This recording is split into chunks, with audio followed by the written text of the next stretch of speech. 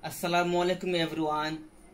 Today I am going to talk about vocabulary like this verb.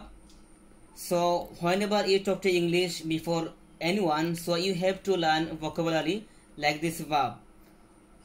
Actually আমি আপনাদের সামনে গত ভিডিওতে কতগুলা ইররেগুলার ভার্ব নিয়ে কাজ করেছিলাম। সো আজকে আমি আরো কয়েকটি কমন ইররেগুলার ভার্ব নিয়ে কাজ করব। যদি আপনারা ইংলিশে কথা বলতে চান কোনো মানুষের সাথে, কোনো ফরেনার মানুষের সাথে, অবশ্যই আপনাকে ইংলিশ ভার্বগুলা কমন ভার্বগুলা মুখস্থ করতে হবে। লাইক দিস আসলে ইররেগুলার ভার্ব খুবই একটু হার্ড হয়, আর রেগুলার ভার্বগুলা একটু সহজ হয়। লাইক রেগুলার ভার্বগুলা বেশিরভাগ ম্যাক্সিমাম সময় ইডি যুগ হয়, বাট এর রেগুলার ভার্বের সাথে ইডি যুগ হয় না ম্যাক্সিমাম সময়। সো এর রেগুলার ভার্ব আপনাকে আগে মুখস্থ করতে হবে যদি আপনি ইংলিশে কথা বলতে চান। এই তিনটা কমন ভার্ব নিয়ে কাজ করব। Number 1 is speak, number 2 right, number 3 হচ্ছে গিয়ে ড্রিঙ্ক। এই তিনটি শব্দে তিনটা উদাহরণ আমি আপনাদের সামনে দেব, এবং তিনটা ফর্মে বাক করা আছে, আপনারা অবশ্যই দেখতে পাচ্ছেন আমার স্ক্রিনে। So number 1 is speak. এই স্পিক হচ্ছে গিয়ে বেস ফর্ম। এই স্পিকের ফার্স্ট সিম্পল হচ্ছে গিয়ে এবং ফার্স্ট পার্টিসিপল ফর্ম হচ্ছে গিয়ে স্পোকেন।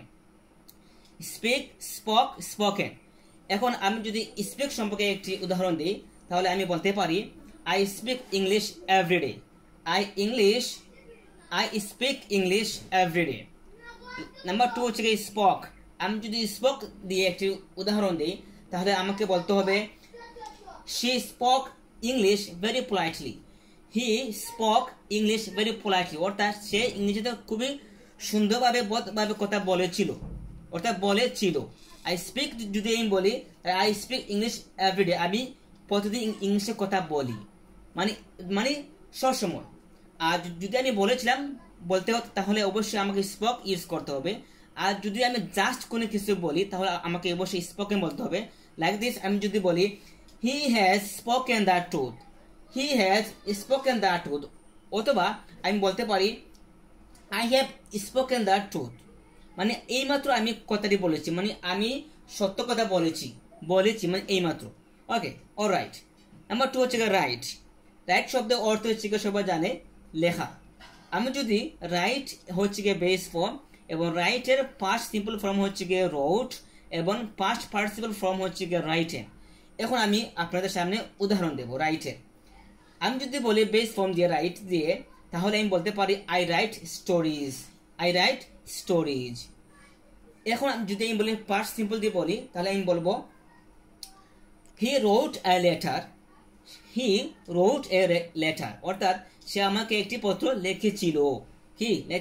মানে সে অনেক আগে কাজ করেছিল, এর জন্য। নাম্বার 3 যদি আমি বলি রাইটিং দিয়ে, তাহলে আমি বলতে পারি I have written A report, মানে অর্থাৎ আমি একটি রিপোর্ট লিখেছি, মানে এইমাত্র কাজ আমি শেষ করেছি। তাহলে আমাকে অবশ্যই ভার্ব 3 ইউজ করতে হবে। নাম্বার 3 হচ্ছে গিয়ে ড্রিঙ্ক।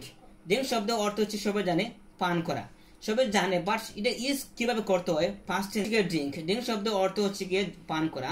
আমি যদি বলি এই পাস্ট সিম্পল ফর্ম হচ্ছে গিয়া ড্রাঙ্ক, এবং পাস্ট পার্টিসিপল ফর্ম হচ্ছে ড্রাঙ্ক। তাহলে আমি যদি একটি করে উদাহরণ দিই, তাহলে আমাকে বলতে হবে I drink milk every morning, অর্থাৎ আমি প্রতিদিন দুধ পান করি। এটা হচ্ছে গিয়ে বেস ফর্ম, অর্থাৎ প্রেজেন্ট ফর্ম। এবং পাস্ট সিম্পল ফর্ম হচ্ছে গিয়ে she drank coffee at night, মানে সে গত করেছিল, অর্থাৎ অতীতকাল হয়েছে। নাম্বার 3 হচ্ছে গিয়ে ড্রাঙ্ক, অর্থাৎ আমি বলতে পারি he has drank too much water, অর্থাৎ সে প্রচুর পরিমাণে পানি পান করেছে। সে প্রচুর পরিমাণে পানি পান করেছে, মানে এইমাত্র পান করছে। He has drank too much water, সে প্রচুর পরিমাণে পানি পান করেছে। সো আজকে আমি এই 3টি ভার্ব নিয়ে কাজ করেছি। অবশ্যই আপনারা আমার কমেন্টে বক্সে জানাবেন আমি আর কি কাজ করব না ভার্ব নিয়ে। আমার আসলে মনে হয় আমি আরো কাজ করতে হবে, অনেক ভার্ব আছে, ঠিক আছে। সো আমি আমার ভিডিও না বেরিয়ে আমি এখানে শেষ করতেছি। অবশ্যই আপনারা আমার এই ইউটিউব চ্যানেলকে লাইক কমেন্ট সাবস্ক্রাইব করে আমার পাশে থাকবেন। আসসালামু আলাইকুম।